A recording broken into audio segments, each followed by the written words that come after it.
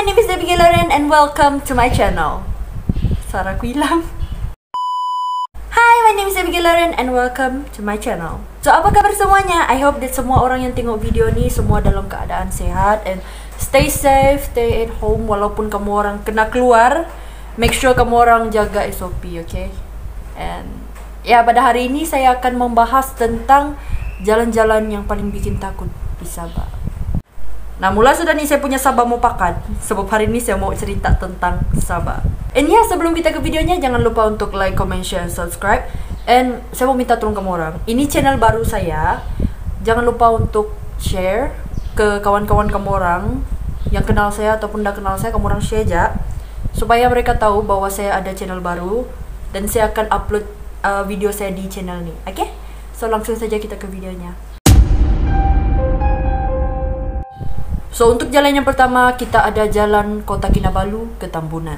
So, menurut seorang blogger bernama Kisri, saya tidak tahu ini Kisri atau macam mana, tapi ini ejaan nama dia. I'm sorry kalau saya salah sebut sebab saya tidak tahu macam mana cara penyebutannya. Saya coba cari di Google tadi macam mana cara untuk pronounce, pun saya tidak dapat macam mana untuk pronounce dia. So, I'm so sorry, tapi saya akan letak ejaan nama dia di sini. Oke, berbalik ke ceritanya. So, kisah ni terjadi bukan sekali, tapi berkali-kali semasa si Kisri ni mau balik ke Tambunan.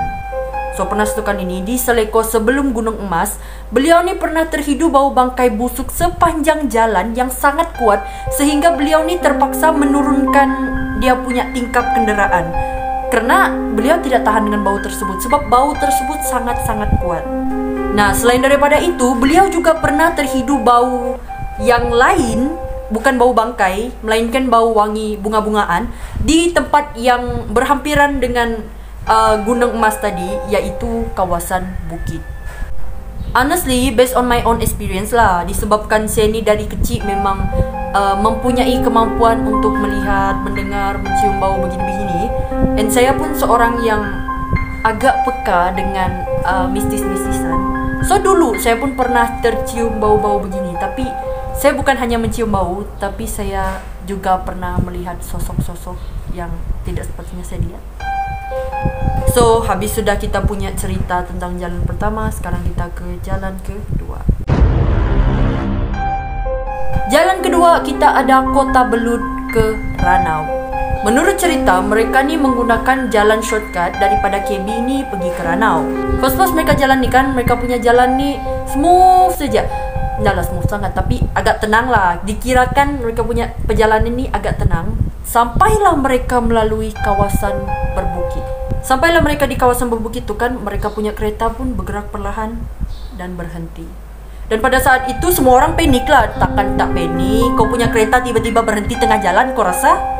Memang aku panik. Lepas tu mereka pun baca doa, mereka pun sembahyang. Dan selepas beberapa doa, baru mereka punya kereta ni dapat dihidupkan semula. Kau bayangkanlah bahkan kalau satu hari nanti, mungkin kau balik daripada rumah kawan kau ataupun kau baru balik dari kerja, tengah-tengah malam, kau lalu di jalan yang gelap ataupun kau lalu di tengah hutan, dan tiba-tiba kau punya kereta tu slow-slow berhenti di sana. Dan masa tu kau sorang-sorang. Okey, ni dia tidak cakap ada penampakan di situ. Kalau ada penampakan, apa yang kau akan buat? Dan jalan yang ketiga, kita ada Jalan Ranau Kota Kinabalu. Aku punya suara terlampau high pula. Dah seram lah begini. So, kejadian ni berlaku apabila 4 sekawan sedang on the way mau balik ke KK. So, time dia orang on the way mau balik ke KK tu, berhampiran dengan kawasan Bundu Tuhan, mereka terdengar suara perempuan mengilai di atas bumbung kereta mereka. At the first lah, suara tu agak jauh, tapi lama-kelamaan suara tersebut semakin hampir dengan mereka. Mereka juga dapat merasakan sesuatu benda di atas bumbung kereta mereka, namun mereka hanya mampu berdiam sahaja. Saya jujur, time saya tengah record sekarang ni, saya punya bulu roma betul-betul naik. Like, saya merasakan bagaimana perasaannya berada di situasi tersebut. Dan mereka percaya makhluk tersebut ialah, tidak payah saya sebut, kamu orang tahu sendiri, yang kebetulan berada di tempat tersebut. Dan selepas mereka lalu kawasan perkampungan, suara tersebut terus hilang dan mereka teruskan perjalanan mereka seperti biasanya. Walaupun mereka kata mereka meneruskan perjalanan seperti biasanya, saya tahu mereka ada sejenis perasaan di mana mereka merasa takut, merasa shock, merasa mungkin mereka overthinking juga sepanjang jalan tuh. Sebab kalau saya ada di situasi itu memang saya overthinking lah. Sebab saya pun jenis orang yang overthinking juga. Walaupun benda tu tak ada, tapi kadang-kadang ya you know lah macam mana perasaan orang overthinking. Mari kita ke jalan keempat. Dan di jalan keempat kita ada Jalan Tenom Sepitang.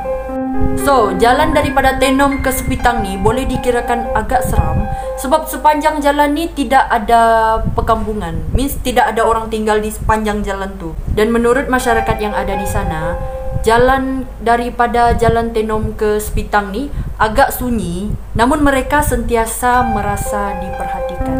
Ada juga pihak yang mengatakan bahawa kadangkala semasa melalui jalan ni, beliau merasa seperti tidak sampai-sampai ke kawasan yang dituju. Means, diorang ada sesetengah pihak yang lalu jalan ni, diorang rasa macam diorang round tempat yang sama. Kau tahu apa maksud saya kah? Diorang tak sampai-sampai ke tujuan mereka.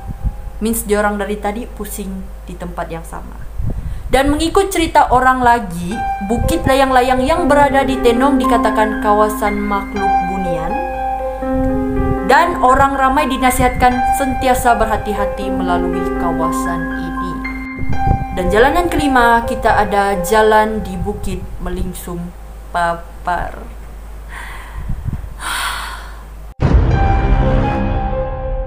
Bagi yang sudah lama kenal saya, kamu orang tahu bahwa saya ni dulu tinggal di area Papar.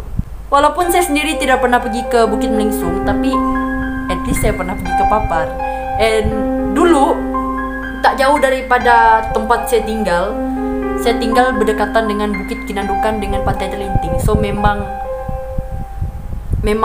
hawa mistik tu memang dapat. Kau tahu macam memang cakap honestly. So kita sambung dengan jalan di Bukit Melingsung.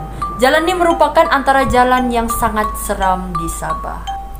So menurut cerita orang yang pernah lalu di Bukit Melingsung tu jam 4 pagi, beliau pernah melihat seseorang di Bukit Melingsung tersebut sedang melambai-lambaikan tangannya sebagai signal untuk berhenti. Namun semasa menghampiri orang itu, beliau tersedar bahawa orang tersebut tidak mempunyai tangan dan wajahnya tidak kelihatan. Bukan itu saja, kawasan Bukit Melingsung ini juga sering berlaku kemalangan yang membawa Saya jujur, dari tadi saya syuting, sebenarnya saya punya bulu roma saya asyik berdiri dan saya rasa sangat mencekam. Mungkin sebab lama saya tak buat video-video begini. And kalau kamu orang suka video ni, jangan lupa untuk like, comment, share, and subscribe. And bagi tahu ke kawan-kawan kamu orang bahawa saya sudah ada channel baru. And channel ni tak guna nama betul saya, melainkan nama panggilan saya. And ya, bagi kamu orang yang tidak tahu nama betul saya akan letak nama betul saya di sini. Bagi kamu orang yang penasaran. Okay. And bagi kamu orang yang ada saran-saran, kritik, pendapat, kamu orang boleh DM saya di IG. Dan bagi kamu orang yang ada WhatsApp saya, boleh terus WhatsApp saya, okay? And I see you guys on my next video. Bye bye.